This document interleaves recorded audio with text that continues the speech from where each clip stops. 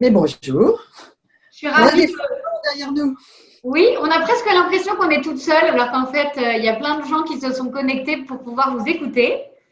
On est là, Sophie. On est là, Sophie, pour parler donc de votre formidable recueil de fables, les fables de La Fontanelle. Alors malheureusement, c'est dans le mauvais sens, mais je pense que tout le monde s'y retrouvera quand même. Sophie, je ne sais pas si il faut croire à la prédestination d'un nom, mais quand on s'appelle Fontanelle, pour les fables de La Fontaine, c'était absolument parfait. Et je n'y avais jamais pensé. C'est en parlant avec, quand j'ai dit à quelqu'un que j'avais écrit quelques fables, cette personne m'a dit que tu devrais en faire un recueil. C'était Jérôme Garcin, cette personne, un critique Ouais, littéraire. Et donc, piteusement, je lui ai dit, moi, en fait, j'ai fait des fables. Et il m'a dit que tu devrais les éditer. Et tu devrais en faire les éditer. Et j'ai dit, on pourrait appeler ça les fables de La Fontanelle. Et le fait d'avoir trouvé le titre, ça m'a donné des ailes pour écrire les fables. ah oui, parce que c'était parfait. Alors, pardon Sophie, mais comme vous avez de l'humour, en plus d'un nom prédestiné pour La Fontaine, j'ai recherché mon exemplaire de fable de Cagneuse. Et bon, là, même si c'est à l'envers, on le voit quand même. En plus de vous partager ce nom avec une seule lettre d'écart, je trouve aussi qu'il y a une petite ressemblance. Oui, je trouve qu'on est. Et en plus de ça, il n'y a pas longtemps, je me suis acheté des chaussures presque pareilles aux siennes. Donc j'ai fait une photo d'ailleurs chez moi où on voit mes chaussures. J'ai des chaussures de Louis XIV un peu. Enfin bon, ça ressemble. Je l'ai Voilà. vu sur Instagram et donc je me disais, va-t-elle porter ses chaussures ce soir pour notre Non, pas du réunion? tout. Là, je suis en basket là. Ah, bon, bah alors, ça sera pour une prochaine fois. Euh, Sophie, jusqu'à présent, vous aviez écrit que des romans, en tout cas, en tant qu'écrivaine, me semble-t-il. Cette fois-ci, donc, vous écrivez ce recueil de fables. Il y a 23 fables, ou en tout cas 22 avec l'épilogue. Est-ce que vous pourriez nous citer quelques titres de vos fables pour mettre nos lecteurs en appétit, si je puis dire? Il y a la fable de l'homme mené par son imprévisible engin. Oui. La fable de la fille qui était cruelle sur Tinder. La fable de l'homme féministe malgré lui. Voilà. Très bien. Ces fables, Sophie Fontanelle, elles répondent en vers à une question qui est fort bien posée par le sous-titre et qui est bien plus profonde qu'il n'y paraît. Cette question, Sophie, je vous la laisse nous la dire. À quoi riment nos vies sexuelles? C'est une phrase que quelqu'un m'a dite un jour au bout d'un certain nombre de verres de vin. Moi, je ne bois pas beaucoup, mais cette personne, elle buvait un peu plus que moi. Et tout d'un coup, elle m'avait dit, franchement, à quoi riment nos vies sexuelles? Et je lui ai répondu, elle rime, en fait. C'est déjà quelque chose, parce que je trouve que ça fait notre histoire, ça fait notre poésie, quand même, un peu tout ça. Mais ça fait notre poésie de manière hilarante. Tout à fait. L'amour fait notre poésie de manière lyrique. La vie sexuelle, elle fait la poésie de manière hilarante. Très bien. Et donc, ces 23 fables, elles racontent chacune à leur façon, elles répondent en fait chacune à leur façon en vers à cette question. Là, vous nous avez raconté Garcin, vous nous avez raconté l'ami, mais est-ce que vous pourriez peut-être plus précisément nous raconter, Sophie Fontanelle, la genèse en fait de ce recueil et comment vous en êtes venue à vous dire que vous alliez écrire des fables? C'est venu avec la première fable, la seule finalement personnelle, parce que les autres, c'est vraiment pas mon histoire, c'est un délire de mon imagination. Vu que c'est complètement fou les histoires, il ne vaut mieux pas qu'elles soient arrivées. Et c'est venu j'étais l'été dernier en Sicile, sur un transat, et j'étais en train de me dire, tiens, ça fait quand même longtemps que j'attends un texto d'un homme, en fait, j'attendais des nouvelles. Et je n'en avais pas de nouvelles, et je me suis mise à penser, faut quand même pas, si jamais il m'écrit, il n'a jamais écrit, hein, je vous le dis tout de suite, si jamais il m'écrit, il ne faut quand même pas que je lui réponde ah, salut, voilà, j'en suis capable. Hein. Donc, je me suis dit, faut vraiment que je lui fasse un bel envoi, quoi. Et j'ai écrit la fable de l'homme qui tardait à répondre. Et je me suis dit, voilà, si jamais il m'écrit, je lui enverrai, ce que je n'aurais jamais fait d'ailleurs. Et mes amis qui étaient là avec moi en vacances, je leur ai montré la fable, hein, ne résistant pas évidemment, je suis un peu exubérante. Et tout le monde a voulu la fable. Et tout le monde a dit, oh mais je la veux, envoie-la moi, ça peut me servir un jour. Donc en fait, je me suis dit, il y a une espèce de besoin de répondre par le verbe à ce qui nous arrive en fait. C'est pas mal la répartie. C'est un peu Audiard, c'est ça, hein, c'est ce qu'on adore aussi dans les films, dont les scénarios sont faits par Jean-Loup Dabadi, c'est la répartie. Très bien. Et alors, je me suis demandé, Sophie Fontanelle, comment vous aviez travaillé, comment vous aviez pu vous lancer dans l'écriture. Et alors, j'ai retrouvé dans ma bibliothèque, il n'était pas très loin, et puis Juliette est là qui veille, votre dernier roman, Nobel. Et vous allez comprendre pourquoi je fais cette petite périphrase. Dans Nobel, vous racontez l'histoire d'une petite fille, Annette Comte, qui sans doute vous ressemble un peu ou beaucoup, je ne sais pas. Et Annette Comte, elle a la poésie facile. Elle écrit des poèmes pour séduire son amoureux Magnus. Et donc, je voulais me demander si vous aviez la rime aussi facile qu'Annette dans Nobel. Oui, en fait, moi, je pense qu'à l'origine de toute mon histoire d'écriture, j'ai quand même écrit maintenant 15 livres, je pense que l'origine de ça, c'est la poésie. Parce qu'avant d'écrire des romans, j'étais chanteuse. J'ai fait 2 disques. C'est des disques. Donc, j'étais vraiment depuis l'âge de 10 ans, j'écrivais des chansons. La poésie était vraiment ma vie jusqu'à mes 18 ans. Parce que j'écrivais des chansons que je mettais en musique. Et puis, petit à petit, je me suis rendu compte, mais beaucoup de gens, je sais, savent vont comprendre de quoi je vais parler. Je me suis rendu compte qu'en fait, la poésie, c'était comme si c'était un terrain interdit. Chez moi, on adorait Aragon, Prévert, je ne sais pas, Musset et Éluard. Et en fait, il y a eu après une poésie, et d'ailleurs magnifique, on va dire René Char, des gens comme ça. Et puis il y a eu, au fur et à mesure, ça s'est de plus en plus intellectualisé. Et c'est de plus en plus devenu le terrain de jeu de gens quand même extrêmement austères, avec, vous savez, ces poèmes où on met un mot, on met transhumance, humus, on va à la ligne, et on met moi débord, puis après on va à la ligne. Et ça a donné un monde qui est d'ailleurs, attendez, je donne l'impression de m'en moquer, mais qui peut être absolument sublime, ce monde-là. Sauf que ça a donné un monde qui interdisait cette espèce de poésie Prévert. D'ailleurs, moi, j'ai même entendu quelqu'un qui était spécialiste d'une revue de poésie qui m'avait dit, mais Prévert, pardon, mais c'est quand même très mineur. Il faut quand même le faire, de dire ça. Ouais, oser. Ça a paralysé beaucoup de gens. Moi, ça m'a paralysé. Ça a fait que des gens comme Gainsbourg disaient, mais moi, je ne suis vraiment pas poète, je ne peux pas dire que je suis poète. Ça a complexé, je dirais, 2 générations de personnes. Et j'ai l'impression que c'est en train de bouger. Que les lignes d'inhibition est en train de se lever. Oui, parce qu'il y a une nouvelle génération qui arrive, parce qu'il y a eu le rap, le slam. Il y a des gens qui se sont emparés de la poésie à leur façon. Alors, il y a des gens qui vont se moquer de la manière dont, parce que, évidemment, le rap est aidé dans sa poésie par la scansion, mais exactement comme un alexandrin, au fond. Il y a des gens qui ont commencé à mégoter sur la manière dont, enfin, sur ce que disaient les rappeurs, mais c'est de la poésie quand même. C'est vraiment de la poésie, pas quand même. Et je trouve que ces gens ont libéré quelque chose. Et puis, on a besoin notre amour des chansons. Quand on écoute une chanson de Benjamin Biolay, Ton héritage, on comprend très bien que c'est de la poésie, en fait. Donc, je crois que ça se libère. Et j'ai vu, d'ailleurs je le sais, parce que maintenant quand je vais à la librairie à côté de chez moi, je vois qu'il ne s'agrandit pas le rayon poésie, mais enfin il change. Voilà, c'est pas qu'il s'agrandit, c'est qu'il change. Et j'aime bien envie de me mettre vraiment carrément à la poésie, moi en fait. Alors, comment ça s'est passé? Comment vous avez travaillé? C'est ça qu'on a envie de savoir un petit peu. Quelles sont les coulisses de l'écriture? Est-ce que vous aviez… Je me permets de développer pour la question.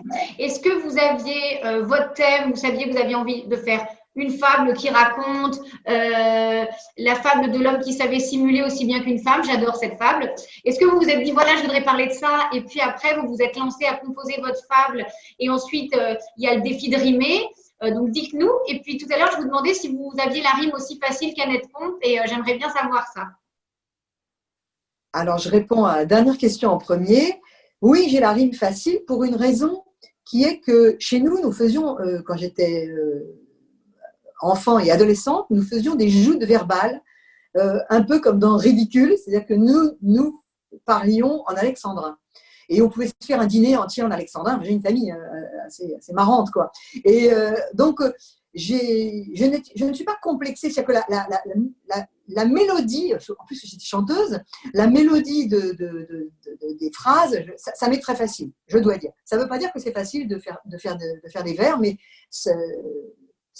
je ne suis pas en train de me demander si ça boite. Ça boite pas trop, en fait. Après, il y a d'autres problèmes. Et donc maintenant, c'est quoi votre première question déjà? Ben, comment vous vous y prenez pour construire votre fable? Alors, je pars du thème. Vraiment, je pars du thème. Celle qui vous plaît sur l'homme qui simule, qui simule, j'avais envie de traiter ce sujet parce que toutes les fables sont bâties sur un présupposé que moi, je trouve faux. Après, on peut me dire que j'ai tort. Mais j'ai l'intuition, et puis j'ai quand même parlé avec beaucoup de gens, j'ai l'intuition que c'est faux. Donc, par exemple, le fait qu'on dise que l'homme, en fait, comment on décrit l'homme? Il a un désir qui ne peut pas se réfréner. Ce désir, il va l'aboutir avec un plaisir, et ensuite, il va avoir une période réfractaire, comme on dit, où il va tout d'un coup être un peu désespéré, enfin, il va avoir envie de dormir. Voilà. Si on schématise dans la psyché des gens, c'est ça. Non, pas dans la psyché des gens. Dans le discours des gens, c'est ça. Pour moi, on mérite mieux pour notre psyché. Et je ne crois pas que ce soit ça. Et pour en avoir parlé avec des hommes, c'est pas vrai que les hommes ne pensent qu'à ça et ne vivent que pour baiser. Évidemment que nous sommes tous en train de rêver de faire l'amour, que ce soit génial et qu'on soit tellement à l'aise et tellement nous-mêmes, mais ça, c'est notre rêve. Ça, oui, on l'a tous. Et il nous habite même quand on fait la cuisine, si je puis dire. On est habité par cette libido, par le rapport à la douceur, à la sensualité. Mais je suis convaincue qu'il y a des hommes pour qui, en fait, la jouissance n'est pas si immense, ou en tout cas pas tout le temps aussi grande qu'il y paraît. Et d'ailleurs, vous remarquerez que, avez-vous déjà entendu parler de ce qu'un homme ressent pendant qu'il fait l'amour? Parce qu'on a beaucoup parlé d'une femme, hein, on a beaucoup parlé d'une femme quand elle fait l'amour, pendant tout le temps de l'acte, que ressent-elle? Moi, j'en ai beaucoup entendu parler de ça. Que ressent l'homme? On suppose qu'il est content tout le temps. On ne suppose pas qu'à des moments, il n'en a rien à faire, et pourtant, on a quand même l'expérience que je raconte dans une des fables, qu'un homme doit se raconter des histoires, parfois pour pouvoir arriver à aboutir son acte. Peut-être, Sophie, pardon, qu'il ne pense pas à sa machine à laver qu'il a oublié de faire tourner quand il baise. Mais on peut lui autoriser le droit de penser lui aussi à d'autres trucs. Je vais vous dire pourquoi il n'y pense pas. Selon moi, pour avoir écrit les 23 fables, et parce que je traite de ce sujet dans les fables. Il n'y pense pas parce que contrairement aux femmes, les hommes doivent accomplir une performance. C'est-à-dire que nous avons réussi, nous les femmes, à nous convaincre depuis, avec les fellations et tout ça, que nous devions accomplir aussi une performance. Mais en vrai, l'homme, il est dans une action. Voilà. Et il doit commencer cette action, mener cette action et aboutir cette action en tenant compte de sa partenaire. Donc, en fait, il ne va pas penser à la machine à laver, si vous voulez. Parce que s'il pense à ça, à un moment donné, l'action ne va pas pouvoir être aboutie. Alors que nous, si on pense à la machine à laver, l'action peut continuer. Je n'ai pas dit que c'était bon signe. Non. Lui, il va être obligé de se mettre dans la tête qu'en fait, il est dans un cockpit, qu'en fait, je ne sais pas, moi, il est berger et qu'on est une bergère, je ne sais pas quoi. Il va être obligé de se mettre un truc dans la tête, si je puis dire. Sophie, après, je comprends que dans le déroulé, vous aviez la rime facile. Donc là, votre thématique, un tabou, un cliché que vous voulez remettre en cause. Après, vous écrivez et puis ça vous vient facilement. Et parfois, vous avez... il y a une morale et parfois il n'y en a pas. C'est très amusant. Et bien sûr, c'est ça que je dis aux lecteurs, vos futurs lecteurs qui vous écoutent, vous vous doutez bien que une morale à la Sophie Fontanelle n'est pas forcément le type de morale auquel on s'attend. Vous avez des exemples ou pas, Sophie, en tête, où vous avez votre recueil à portée de main? Je n'ai pas mon recueil à portée de main, mais morale, 2 points, une idée reçue, à la fin, vous fait mal au cul. Ça, c'est une morale, voilà. J'aime beaucoup la morale de la fable de la femme qui voulait que sa bouche ait du génie. Est-ce que vous l'avez de tête? Oui, c'est une pipe, c'est près de la tête. C'est Ça, hein. C'est ça, exactement. Parce qu'en fait, on voit bien pourquoi une pipe, c'est près de la tête physiquement, mais c'est aussi près de l'imaginaire, c'est aussi près et elle rencontre un homme, cette femme qui veut devenir un génie de la pipe, il faut redire, elle entend au lycée elle dit un avenir va se jouer sur cette salive embarquée, des pipes, il faut que je devienne un génie total, une reine. Et elle, ça c'est au lycée, elle a 16 ans, elle se dit, comme on a toutes fait, elle est obsédée à l'idée d'être performante justement de ce côté-là. Et elle devient un génie de la pipe. Sauf que devenant un génie de la pipe, elle tombe pile sur un garçon qui n'aime pas beaucoup ça, parce qu'il y a aussi un présupposé qui est que tous les hommes aiment ça, mais non, comme tous les goûts sont dans la nature, il y a un homme qui, lui, je ne sais pas, il se sent envahi quand on lui fait… C'est quand même hyper rare, Sophie, hein. Elle tombe vraiment à… Elle doit… Vous croyez vraiment qu'il y a plein d'hommes qui n'aiment pas les fellations?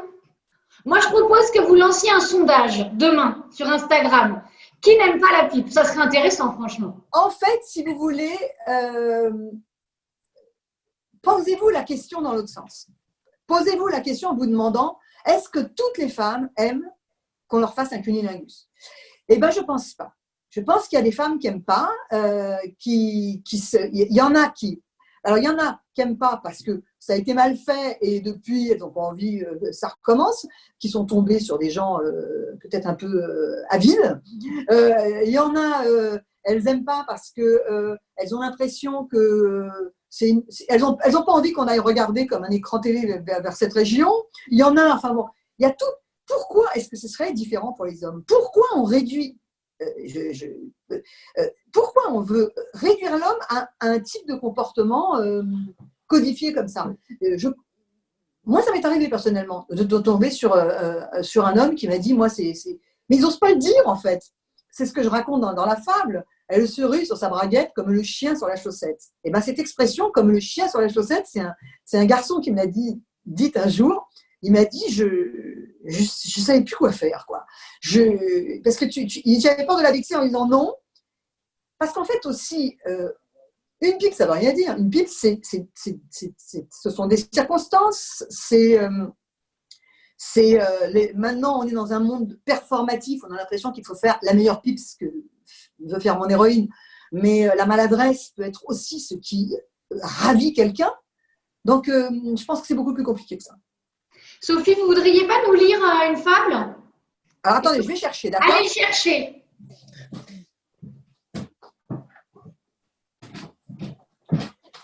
Alors, vous voulez que je vous lise une fable? Est-ce que vous choisissez ou j'ai le droit de choisir? Choisissez. Parce que je sais aussi ce que c'est. On n'a pas envie, quand on est auteur, de tout dévoiler. Donc, je sais pour l'avoir… Allez-y, c'est pas grave. Vous avoir écouté avec grand plaisir que vous avez déjà lu la fable de l'homme mené par son imprévisible engin. Franchement, la fable de l'homme qui en avait une trop petite, elle est pas mal non plus. Oui, mais vous la voulez en entier? Bien, mais il faut choisir. C'est tout qui ne sont pas trop longues. J'ai regardé pour pas que ce soit trop long. Non. Alors, je vous la lis? Avec un immense plaisir. La fable de l'homme qui en avait une trop petite. Il en avait une petite, une adorable stalactite. Il aurait pu vivre tranquille, heureux, avec sa craie magique. Mais la vie est mauvaise fille et cela prit un tour tragique. Ça commença adolescent, il se faisait du mauvais sang. Dans les saunas, les vestiaires, le long des zones côtières, sur Internet, où qu'il alla, il subissait de sacrés chocs. En voyant ces gros tralala que les hommes ont dans leur froc. Est-ce qu'ils se mettent des prothèses pour avoir de tels braquets? Il émettait des hypothèses en comparant à son briquet. En revanche, il avait du charme et les filles venaient à lui. Elle n'en faisait pas un drame de son modèle très réduit. Elle le trouvait attirant. Il réfléchissait puissamment. Les filles sont-elles au courant qu'il y en a qui ont des monuments? Un jour, l'une d'elles lui dit « Moi, j'adore ton Ouistiti. » De là, il perdit l'appétit. « Oh mon Dieu, donc, c'est trop petit. » Le voilà qui se désespère. « Seigneur, il n'y a rien à faire. » Et passe des mois tristes et sombres à rêver d'avoir un concombre. Cela rallongeait pas facile, mais au moins l'avoir moins gracile. Un matin se lève tendu. Bon, c'est petit, c'est entendu. Sauf que je vais dès à présent me montrer moins tendre qu'avant et prouver que j'ai là devant un inflexible bout de sang. Aussitôt dit, aussitôt fait, toute humanité se défait du garçon pour qui la nature avait prévu des aventures, des câlineries, des joliesses. Maintenant, avec ses maîtresses, se montre un total abruti. pour faire oublier son bâti. Voyons-le quand il fait l'amour, qu'il marteau-pique avec ardeur. C'en est terminé, les mamours. C'en est fini de la candeur. Tapi au fond de son être, sa vérité veut disparaître. Bientôt cela se sait en ville, que le garçon n'est pas civil, que malgré son regard aimant, il a l'empathie d'un sergent, et que le prendre pour amant n'est pas vraiment le plus urgent. Bien sûr, on vient à détailler le peu qu'il y a à tailler. N'y va pas, tu vas t'ennuyer, ni sensuel, ni généreux, et en plus, rien à déployer, à part un glaive malheureux. Et puis, pour une qu'il aimait, qui lui allait comme jamais, qui collectionnait les bonsaïs, les objets de petite taille, qui étaient faits pour son corps. Et il a raté le coup, encore. Il a fait l'amour comme un pied, tombé dans son propre guêpier. S'il était resté de tendresse, avec prodigué des caresses, il aurait tout eu gigantesque. Car une fille, cajolée, si elle le veut, peut rissoler. D'où cette morale dantesque, qui se la trouve trop petite, passe à côté de sa pépite. Super, merci Sophie, c'est chouette de vous entendre comme ça le lire. Alors, je réfléchissais quand j'avais lu vos fables, j'ai eu cette chance de les lire un peu en avance et tout de suite j'ai dit, puisque je veux rendre l'appareil moi aussi et interroger un auteur parce que j'ai trouvé ça formidable d'être interrogée sur cette plateforme, j'ai dit Sophie Fontanelle et pourquoi? Alors, j'ai cherché des mots pour qualifier votre recueil. Je me suis dit, il est drôle, je pense que tous les auditeurs en conviendront de vous avoir rencontré. Il est cru, il est grinçant, il est provoquant. Vous nous avez expliqué pourquoi vous aviez tout à l'heure à cœur de déflorer les tabous, si je puis dire. Et je trouve qu'il est culotté aussi. Et vous avez dit couillu. Oui, alors voilà où je voulais en venir, Sophie. Je trouve qu'il est couillu, mais c'est mon côté féministe. J'aime bien avoir l'équivalent au féminin. Mais je sais que peut-être ça ne vous dérange pas. Alors, est-ce que c'est bien, est-ce que ça vous fait plaisir quand on vous dise que le recueil est couillu? La suite de ma question, c'est quel mot au féminin on pourrait employer? Alors, avoir des couilles, je le dis jamais. Ça me ferait mal aux couilles, je le dis. Donc, on est bizarre avec les expressions. Et ce qui ne va pas dans cette histoire d'avoir des couilles, c'est de couillu, c'est que c'est comme si c'était le courage était quelque chose qui était masculin en fait. Ah oui, voilà. Oui. Mais j'aime pas non plus les équivalents parce que mon amie Lorraine Bastide, elle adore dire, elle a du clito, elle adore dire des expressions. Ça, moi j'aime pas ça. Donc j'ai pas d'équivalent. Je sais pas quoi vous répondre. Mais vous préférez que je vous dise que vous avez des couilles plutôt que vous avez du clito? Oui, parce que si vous voulez, j'ai regardé avec beaucoup d'intérêt, cette sculpture géante du clitoris. Je sais depuis longtemps que notre clitoris est la toute petite partie visible de quelque chose de beaucoup plus gros. Mais j'ai regardé ça, mais c'est pas, comment vous dire, j'ai beau parler de sexualité, c'est pas là. Moi, j'ai pas d'enfant, donc je suis peut-être parce que j'ai pas d'enfant. C'est pas cette histoire de maternité, c'est pas cette histoire d'organes de plaisir ou de reproduction. Moi, je suis un être de là, vous voyez. Donc, je suis une cérébrale mais je suis au-dessus même. Je suis là. J'ai une âme. Donc, c'est plutôt de ça que je veux qu'on me parle. D'accord. Et alors, je trouve que… Je suis amouillue.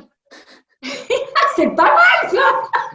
Voilà, on a trouvé un mot. Pas mal, c'est très bien. Mais je savais que vous alliez trouver qu'il fallait vous poser la question. Alors, Sophie Fontanelle, ceux qui, comme moi, vous lisent depuis longtemps, seront peut-être étonnés que vous ne parliez que de ça. C'est l'expression. D'ailleurs, j'adore, moi, être sensible aux expressions. On ne nomme jamais le sexe, on dit qu'on ne parle que de ça. Vous ne parlez que de ça dans les fables de La Fontanelle. Il y a un très, très beau livre que vous avez écrit, L'envie, qu'on est très nombreuses et très nombreux, je suis sûre aussi, qu'il y a plein d'hommes qui vous… Beaucoup d'hommes ont lu ce livre. Voilà, donc il y a d'abord L'envie, puis il y a les fables de La Fontanelle. Et pourquoi je les mets en regard l'un et l'autre, Sophie? Parce que vous êtes une grosse futée. C'est parce que, là je pourrais même tricher parce que j'ai préparé, mais c'est très exactement écrit sur la 4e de couverture.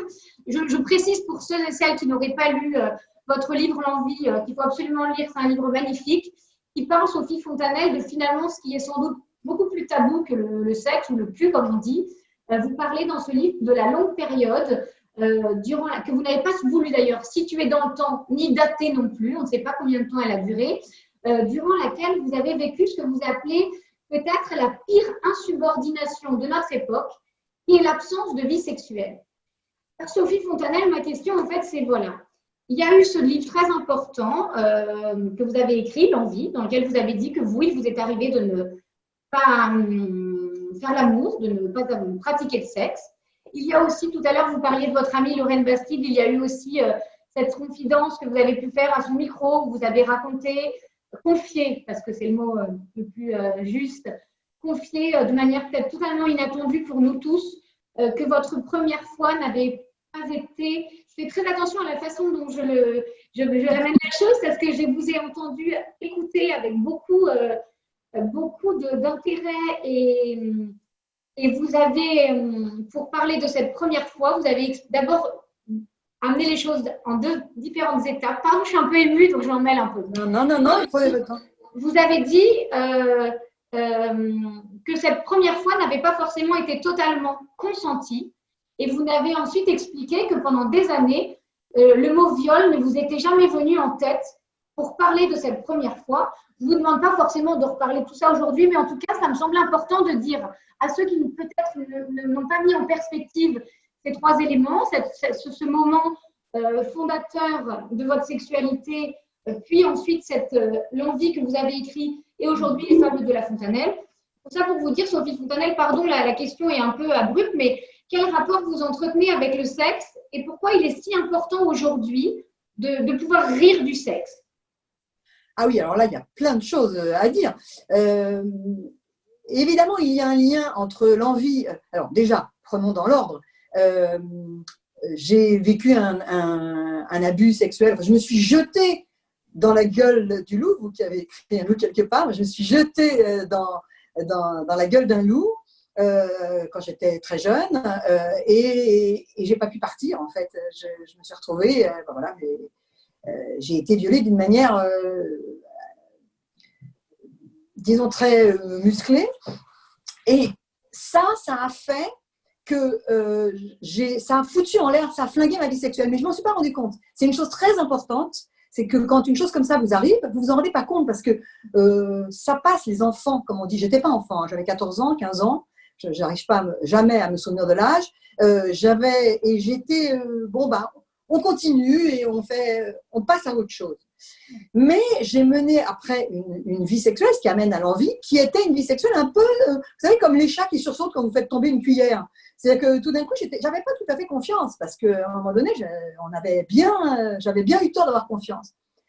Et c'est pour ça que dans l'envie, je raconte, parce que c'est vraiment un truc qui m'est arrivé, comme à un moment donné, j'ai dit, bon, on va tout arrêter en fait. On va tout arrêter et on va attendre de voir ce que le corps… Je vais dire à mon corps, ok, n'aie pas peur. Je crois que tu ne veux pas y aller, donc on va s'y prendre autrement, on va attendre. On n'a pas besoin d'avoir vécu un abus du stade de celui que j'ai vécu pour penser ça. Il y a des gens, ils ont juste fait l'amour et en fait, ils n'étaient pas tout à fait là et à un moment donné, ils s'arrêtent. C'est pour ça que le livre a eu tant de succès. Vous savez, c'est un best-seller même aux États-Unis. Donc, parce qu'en fait, c'est arrivé à tant de gens en fait, de se dire à un moment donné, mais en fait, à quoi rime ma vie sexuelle? Et donc, j'ai fait tout ça. Voilà. On pourrait penser, si on va aux fables de La Fontanelle, dire, mais enfin, mais qu'est-ce qu'elle vient maintenant nous donner des leçons sur le sexe? Mais justement pour ça.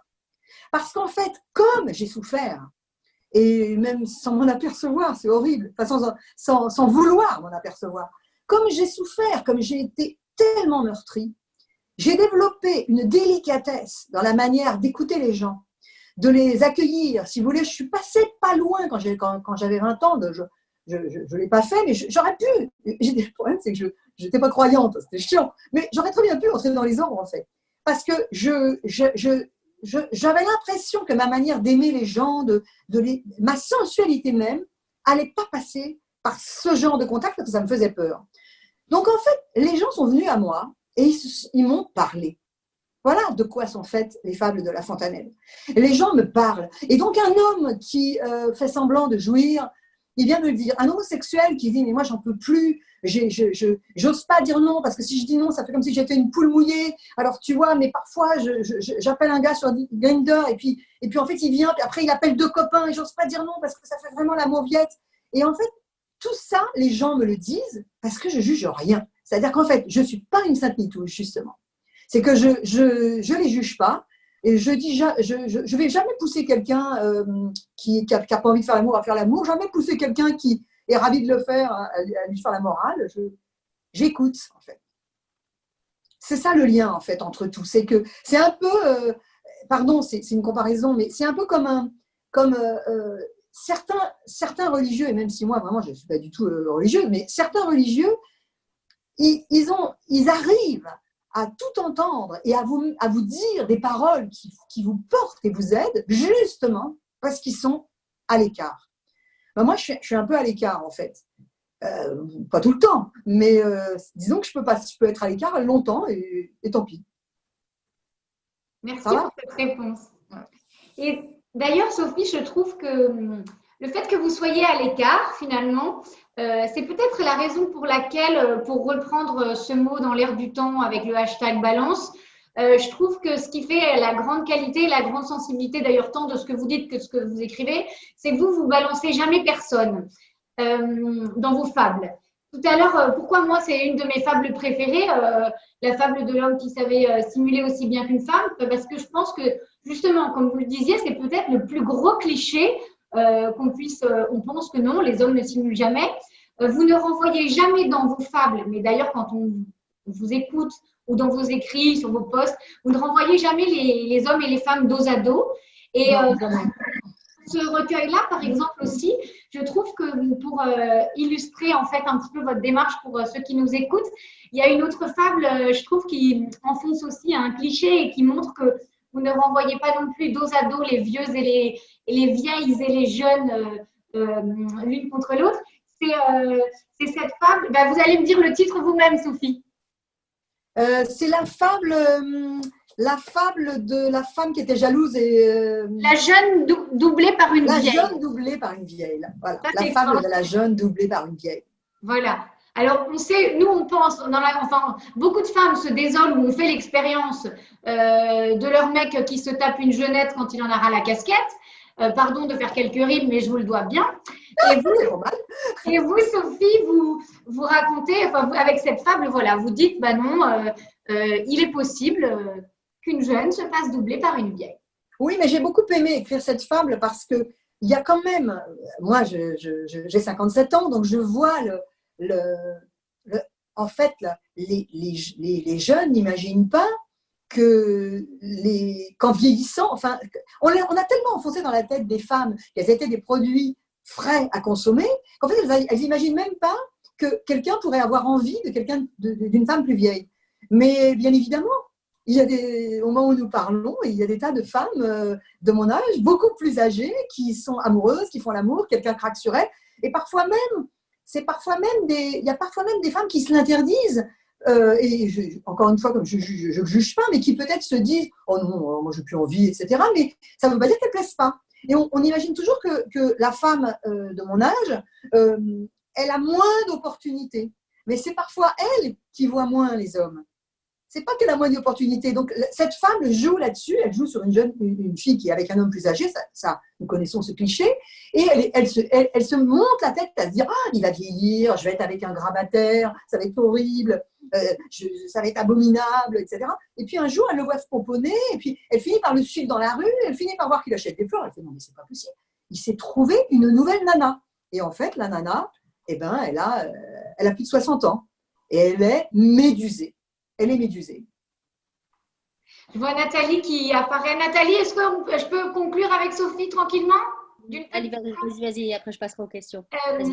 Sophie, dans votre épilogue, ça pourra être le mot de la fin, mais puis, bon, ça sera parfait, ça sera avec l'épilogue, le mot de la fin. J'avais envie de vous demander, Sophie, tout le long de ma lecture, je me disais, mais comment est-ce qu'en fait, Sophie, elle définit son humour? Et page 83, si vous me permettez, je le lis. Oui, oui. Page 83, vous donnez une très jolie définition qui, je trouve, de votre humour, finalement. Alors, vous dites, donc c'est le 3e paragraphe de l'épilogue fabuleux, j'ai mis un petit point, je le lis. Vous trouverez des rires cyniques, des rires qui détruisent un être, mais avoir la faculté d'être taquin, taquine et sympathique, cela est beaucoup moins fréquent. Pour ma part, j'ai choisi mon camp, je suis venue avec des vers. C'est ça votre camp, Sophie, c'est la taquinerie et les vers? Et surtout, on voit bien le changement de ton entre les fables et cet épilogue. C'est-à-dire qu'en fait, je voulais que cet épilogue montre que tout ça, c'est un acte d'amour pour les êtres humains. Je ne suis absolument pas en train de mitrailler. Quelqu'un a dit, tout le monde en prend pour son grade. Mais c'est pas ça l'histoire. C'est pas ça. C'est beaucoup plus tendre que ça. C'est que j'ai une espèce d'extrême empathie sur la manière dont les gens se compliquent la vie, en fait, et s'empêchent la tendresse. Tout à fait. Moi, je trouve que justement, ce n'est pas le sujet. Les gens n'en prennent pas pour leur grade. Je trouve qu'au contraire, il y a beaucoup de tendresse et de bienveillance dans vos fables. Et je dirais pour conclure que vos fables, elles ont cette force de ne jamais faire la morale. Ah bah, génial, c'est parfait. Non, c'est vrai, c'est vrai. Je suis d'accord avec Amélie. Donc, il les ai lus avec beaucoup d'attention. Je ne suis pas d'accord en disant que tout le monde en prend pour son grade. Je ne trouve pas ça très juste. En tout cas, moi, je voulais vous dire que vous m'avez bien fait rigoler pendant cet entretien. C'était très, très drôle. Alors, je ne sais pas, c'est la première fois, peut-être parce qu'on parle de sexe, depuis, je ne sais pas. Je n'ai pas beaucoup de questions. Je pense qu'ils sont très timides, qu'ils n'osent pas poser de questions. Alors, moi, j'ai quand même 3 petites questions. Je vais quand même les poser, parce qu'il y en a eu 3. Mais vous avez, je m'adresse aux participants, vous avez vraiment 5 minutes, 5-10 minutes pour les poser, parce que demain, ça sera terminé. Demain, on va passer à la vie de Jésus. Ça va être oui, soyez pas timide, quoi. Donc, voilà. Surtout avec Sophie, on peut tout lui dire, on peut tout lui raconter, on peut tout lui demander. D'ailleurs, la première question, c'est qu'est-ce que les médias n'osent pas vous demander sur ces fables? Est-ce qu'il y a des choses qu'ils n'osent pas vous demander là-dessus? C'est ce qu'a fait, ils n'osent pas faire ce qu'a fait Amélie, c'est-à-dire qu'en fait, ils se disent, ils n'osent pas attaquer frontalement le fait que j'ai écrit L'Envie, qui est un roman sur l'abstinence, ou un long suspens dans la sexualité, et puis tout d'un coup, la fille qui est complètement égrillarde. Mais enfin, je rêve, c'est pour ça que j'étais contente qu'elle me pose la question, il n'y a pas plus égrillard que quelqu'un qui ne fait pas trop les choses, parce qu'on est habité, c'est le cas de le dire, par les pulsions et tout ça, ça vit en nous. C'est qu'en fait, qu'on fasse l'amour ou qu'on ne fasse pas l'amour, on est traversé par même quand on passe une chemise de nuit, quoi. Tout ça, c'est sensuel, tout ça, c'est un rapport à la sexualité. Ça existe en nous. Même la sexualité, ça commence par le fantasme, Sophie, la sexualité. Bien sûr, bien sûr. Le fantasme, c'est l'imaginaire. C'est le fantasme, et c'est aussi, la sexualité, c'est aussi... dans le fantasme, parce que quand on dit fantasme, les gens imaginent tout d'un coup le berger, la bergère. Mais le fantasme, c'est aussi, je ne sais pas moi, de temps en temps, je suis à une terrasse de café et je vois un homme qui a une chemise bleue, qui a relevé ses manches, je vois le poignet, et un bref instant, je suis là obnubilée, et en fait, moi, enfin, ça me paraît peut-être aux gens ridicule, mais rien que le fait de voir ce bras, de voir cette manche, de voir la main de cet homme, parfois des pieds dans des sandales à Hydra, j'avais vu ça une année. Ça va vous paraître culotté de dire ça, mais d'une certaine manière, ça me remplit. C'est-à-dire qu'en fait, je trouve ça tellement sensuel, tellement beau, et parfois, je me contente de ça. Donc, voilà, on est sexué complètement. Je ne suis pas asexuelle. J'ai une question de Joyce. Il y a des gens qui se revendiquent comme asexuels, et je comprends tout à fait. Hein. Et puis, c'est encore autre chose, les asexuels. Mais bon, donc Joyce voudrait savoir, il serait intéressant que vous écriviez sur le thème « Comment ne pas juger, comment rester à part ». Est-ce que vous le ferez un jour?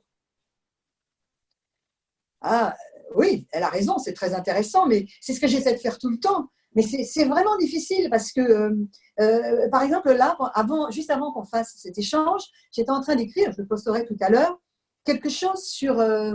il y a eu un hommage à George Floyd et quelqu'un a dit vous avez changé le monde, tu as changé le monde. Et puis, je pensais aussi à Adama Traoré et je voulais écrire sur la manière dont certains hommes et femmes, certains êtres humains deviennent des symboles. C'est-à-dire qu'en fait, après, quand on discute de savoir si dans les faits, quand on va discuter, parfois on aura raison, parfois on aura tort, mais en fait, c'est plus grand que tout. Vous voyez, et donc, en fait, ce que je veux dire, c'est que moi, j'essaie toujours d'écrire, justement, j'essaie de ne pas juger, j'essaie d'écrire, de me dire, mais en fait, qu'est-ce qui se passe?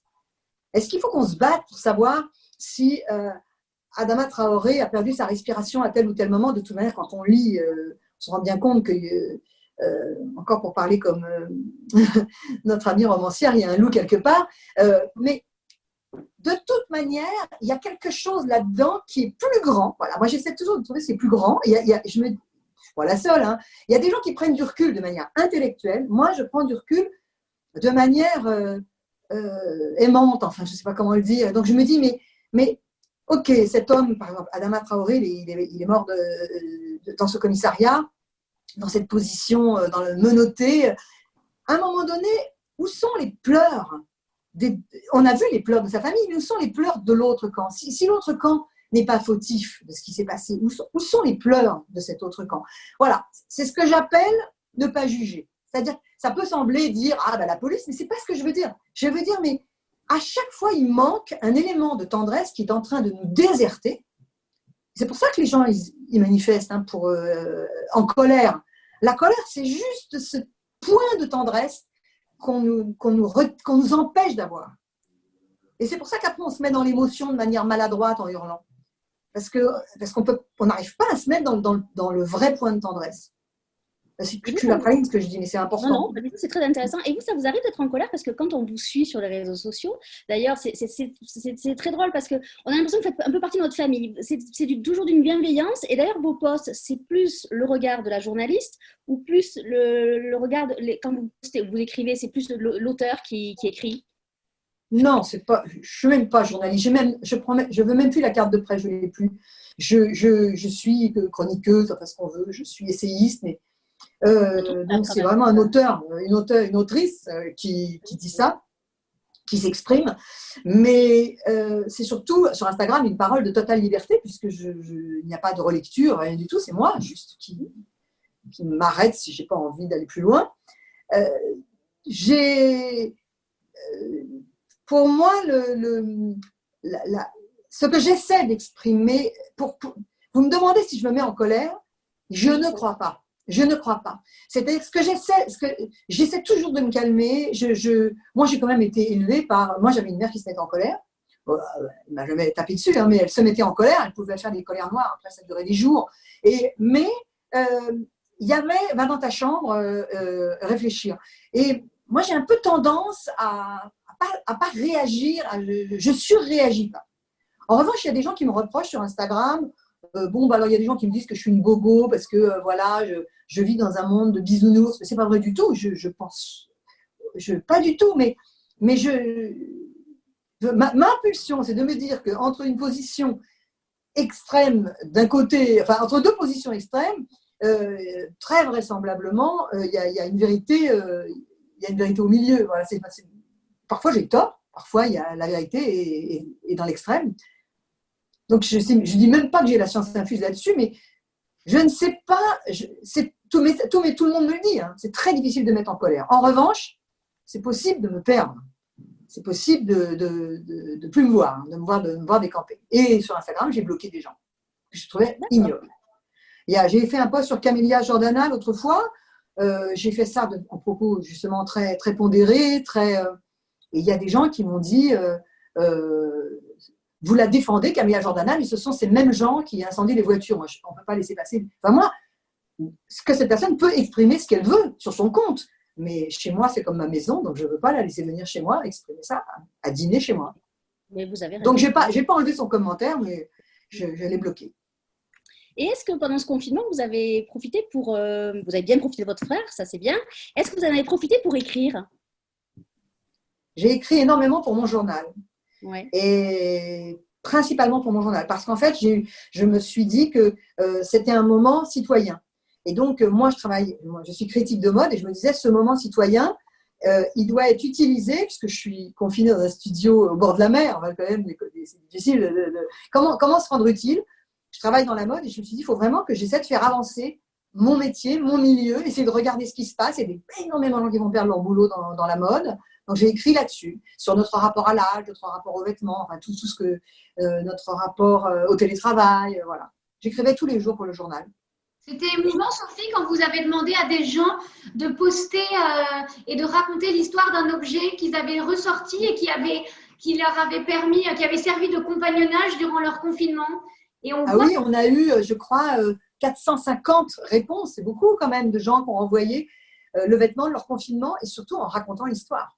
Et j'ai pensé aux souliers de Van Gogh quand vous avez posté ça, parce que j'avais eu un professeur formidable qui nous avait raconté que dans le soulier de Van Gogh, en fait, il n'y avait pas juste un soulier, il y avait toute la souffrance du paysan, il y avait toute sa vie qui était là dans le soulier. Et j'ai pensé à ça parce que ce qui était frappant dans ce que vous avez communiqué, en fait, c'est que chacun vous racontez sa vie et vous donnez accès à son intimité à partir de ce qu'on aurait pu croire être juste un chiffon, un vêtement, une salopette ou des baskets.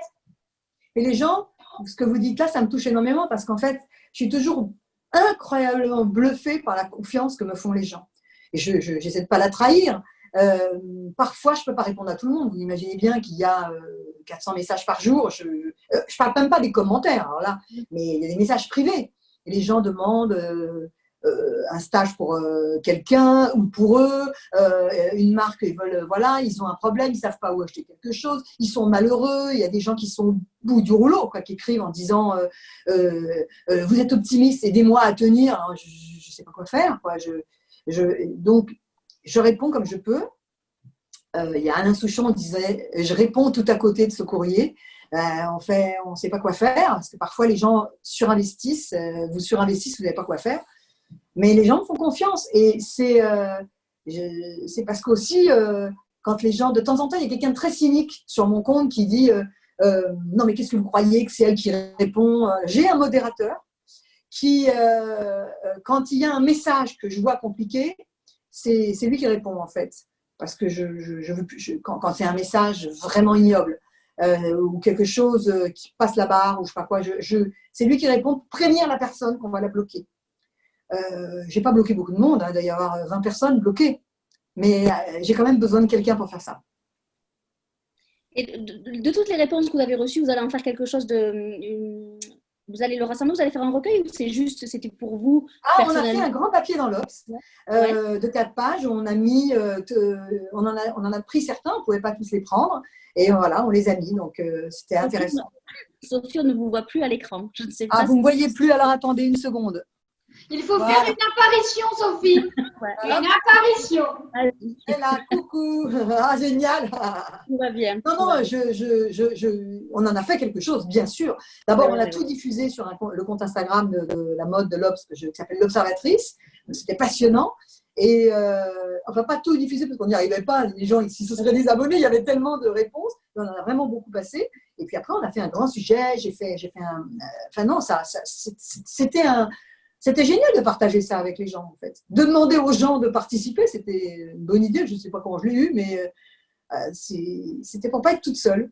Mais vous partagez beaucoup, donc ça ne m'étonne pas qu'il y ait ce partage aussi, parce que vous nous partagez plein de choses. Et comme je disais tout à l'heure, on a l'impression que vous faites partie un peu, j'allais dire des meubles, c'est pas très sympa, mais moi, tous les matins, quand je vois vos publications, je dis ah tiens, aujourd'hui, elle a fait ça, elle met ça, elle fait les bouquets du jour. Donc ça ne m'étonne pas que les gens viennent vers vous, parce qu'il y a cette bienveillance. Vous irradiez de bienveillance. Moi, j'ai jamais entendu quelqu'un dire oh non, Sophie Fontanelle, elle est rasoir. Jamais de ma vie, quoi. Donc ça m'étonne absolument pas que les gens. Oui, j'ai pris un petit peu. Rasoir, non, mais il y a des gens que je saoule. Il y a des gens si vous voulez, il y a 200 000 followers sur mon compte. Donc, vous imaginez bien que ce n'est pas 200 000 personnes qui sont là fondamentalement parce qu'elles veulent, elles ont besoin de ce lien et que ça les aide d'une certaine manière. Je ne dis pas les aider comme un gourou, mais ça les aide tout simplement, ça les distrait vraiment. Il y a aussi des gens qui sont là parce que, comme maintenant je suis un peu connue, ils se sont abonnés. C'est un peu le compte qu'il faut suivre. Et de temps en temps, je vois que ça les saoule. Par exemple, j'avais passé un été, l'été dernier, il y avait Laetitia Casta nue en couverture de Elle. Alors, je m'étais postée nue. On voyait rien, mais enfin, on voyait rien. J'avais caché ce qu'il fallait cacher, mais j'étais quand même toute nue. On voyait bien que j'étais toute nue. Il y a quand même eu des gens. si vous voulez, quand il y a tant de followers, vous avez forcément des gens qui vont venir un peu vous agresser. Et il y a eu un débat sur ce compte, sur ce post, avec des gens qui disaient que j'étais normée parce que j'étais mince et que donc, c'était… Enfin, je trouvais ça complètement fou parce que j'étais donc accusée de me montrer parce que j'étais mince. Peut-être que ça m'aide à me montrer nue. Il est possible, je peux l'entendre, mais je suis aussi, à l'époque j'avais 56 ans, j'ai aussi les cheveux blancs, c'est que dans le genre, je ne suis pas tout à fait normée, quoi. Chacun sa dénorme et chacun sa façon d'être dénormé. C'est pas parce qu'il faut pas être énorme pour pas être normé. Il y a plein de manières. Donc je trouvais que les gens viennent gratter, viennent chercher la petite bête de temps en temps. Mais ils se font, parce qu'il y a quand même ce qu'on appelle, les gens appellent la horde chez moi, c'est qu'il y a quand même des gens qui viennent et puis qui les chassent en disant mais t'as rien à faire là, fiche-lui la paix. Mais bon, il y a quand même des gens qui viennent gueuler, on ne peut pas faire autrement.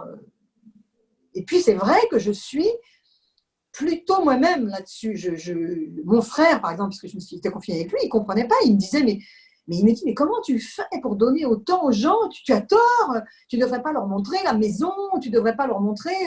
je ne sais pas pourquoi est-ce que j'ai pris… Je me suis ouverte, en fait.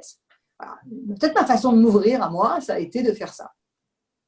Parfait. J'ai une dernière question. Est-ce que vous avez un conseil lecture à donner aux personnes qui nous sont en train de nous écouter? Un livre qui vous a marqué, un livre que vous avez lu dernièrement, ce que vous voulez. Je vais en donner plusieurs dans ces cas-là. Alors, attendez. Et je peux certifier que ça n'est pas préparé, parce que vous me dites ça, je peux vraiment certifier que ça me vient comme ça. Mais je pense que là, étant donné que c'est une période particulièrement tendue, moi j'irais vers des livres extrêmement drôles. Ça ne veut pas dire qu'il n'y en a pas des géniaux, d'ailleurs il en sort plein, des très sérieux, etc. Mais j'irais vers des livres.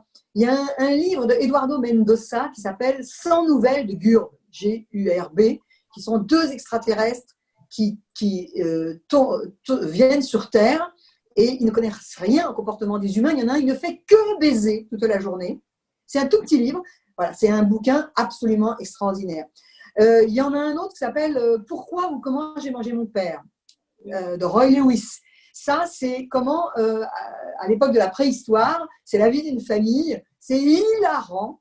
Il y a tout ce qu'il y a dans notre société. C'est-à-dire qu'il y en a un qui va trouver une grotte et va dire « c'est vachement bien, on va aller vivre dans la grotte, comme ça on sera abrité ». Et il y en a un qui est écolo et qui veut il veut pas aller dans la grotte parce qu'il trouve que c'est vraiment se sédentariser. Donc, il se met dans un arbre et il manifeste pas, il n'a pas de pancarte, mais dès que quelqu'un passe sous l'arbre, il dit en anglais « back to the trees », il dit « retournons dans les arbres ». Donc, c'est hilarant. Il y a le journal d'Adam et Ève de Mark Twain, qui est la version d'Adam et la version d'Ève. Donc, Adam ne comprend rien et Ève comprend tout, au désir, et c'est génial. Voilà. Moi, je dirais des bouquins drôles comme ça. Et puis, Jeeves, Wodehouse, si les gens ne connaissent pas, ils vont regarder Jeeves. Il y a toute une collection de la vie d'un lord idiot qui vit avec un domestique beaucoup plus intelligent que lui, qui s'appelle Jeeves. J-E-E-V-E-S. Voilà. Moi, j'irais vers ça, là, juste là maintenant. Après, on peut retourner vers des choses plus sérieuses. Amélie? Alors, moi, j'en ai choisi un. Tu m'avais dit que tu avais envie que je propose un poche. Ouais. Et en fait, j'en ai choisi un pour Sophie, parce que ça s'appelle « Je suis le genre de fille » de Nathalie Kuperman, que j'avais absolument adoré quand il était en grand format. Et maintenant, il est en poche. Et alors, pourquoi je l'ai choisi, Sophie, en pensant à vous? Parce que d'abord, il est très drôle. Elle a votre humour, Nathalie Kuperman. Et ne vous fiez pas au titre. Je suis le genre de fille. C'est justement une fille qui n'a pas de genre ou qui nous ressemble à toutes. Elle est plutôt arrangeante. Elle est toujours à rendre service. C'est le genre de fille qui tient toujours la porte du métro jusqu'à un jour où elle en a ras-le-bol. Et dans chaque chapitre, elle commence par « Je suis le genre de fille ». Donc, elle dit « Je suis le genre de fille complexée intellectuellement lorsque je me retrouve entourée de gens très cultivés ». Et elle va vous raconter pourquoi. Ou bien elle dit « Je suis le genre de fille pour qui faire des bagages est une activité à plein de temps ». Donc, elle va vous raconter quelque chose autour de ça. Elle est aussi le genre de fille. Ça, c'est plutôt pour Nathalie qui a des animaux. Nathalie, peut-être tu es comme Nathalie Kuperman, le genre de fille à parler aux animaux, mais qui n'a rien d'intéressant à leur dire. Je ne dis pas que tu n'as rien d'intéressant à leur dire, oui. Je leur lis vos livres, donc attention à ce que tu dis. Hein. Elle est aussi le genre de fille à parler tout haut aux toilettes ou le genre de fille qui se plaint beaucoup. C'est hyper drôle, c'est très intelligent. Je trouve que vous auriez des trucs à vous dire avec Nathalie Kuperman, Sophie, donc voilà mon conseil. Je vais l'acheter tout de suite. Moi, j'ai choisi Les Égarés. Je ne sais pas si vous l'avez lu, la saga familiale de Catherine Bardon. Les J'ai très déracinés. envie de le lire. Ouais, pardon, qu'est-ce que je dis Les Égarés, moi, les déracinés, pardon. En plus, je suis en train de regarder. Très envie de le lire. Ouais, c'est vraiment, ça nous emporte. Il y a 500 pages, mais on ne les voit pas passer. C'est l'histoire d'une famille, d'un couple d'abord, d'une famille. C'est sur les relations humaines, sur l'amour, sur l'amitié et sur fond de fresques historiques. Ça se passe à Vienne et sur un pan un peu méconnu de l'histoire viennoise avec l'antisémitisme, plein de choses, et c'est vraiment magnifique. Et d'ailleurs, on aura la chance de recevoir Catherine Bardon le 19 juin. Donc, je vous conseille de lire Les Déracinés. Bon, il faut aller à la librairie, comme d'habitude, c'est super. Voilà. Mais surtout, allez à la librairie pour acheter ça, parce que ça, vous allez passer vraiment un formidable moment. Et il faut pas cher. Non, en plus, il n'est pas cher, effectivement. Il faut aller en librairie parce qu'aller en librairie, c'est aussi soutenir les auteurs comme Amélie et comme Sophie. Et ça, c'est très important. Et donc, en fait, vous faites 2 actes. Vous soutenez les libraires et vous soutenez les auteurs. Donc, ça, c'est génial. Sophie, je vous remercie d'avoir été avec nous ce soir pour parler sans tabou. Un jour, il faudrait que je discute avec Amélie de son livre, à nous quelque part, parce que je serais absolument passionnée de discuter avec elle de la question du racisme. Parce qu'en fait, son livre est une véritable, immense, qui traite immensément du racisme. Et la question est cruciale dans le livre. Et voilà, j'adorerais discuter de ça avec elle un jour. Avec grand plaisir, Sophie. Prenons un petit café en terrasse. Ou plutôt un petit verre de vin blanc, ça sera plus gai. Voilà, donc vous dire que demain, on sera là on repasse à 19h et nous aurons la joie de recevoir Joseph Incardona pour la soustraction des possibles et ça sera la librairie Payot qui animera cette rencontre. Mesdames, je vous remercie beaucoup, je vous souhaite une belle soirée et un bon week-end et à très vite et de longue vie aux fables de La Fontanelle. Oh, merci. Salut les filles. Salut Sophie, merci.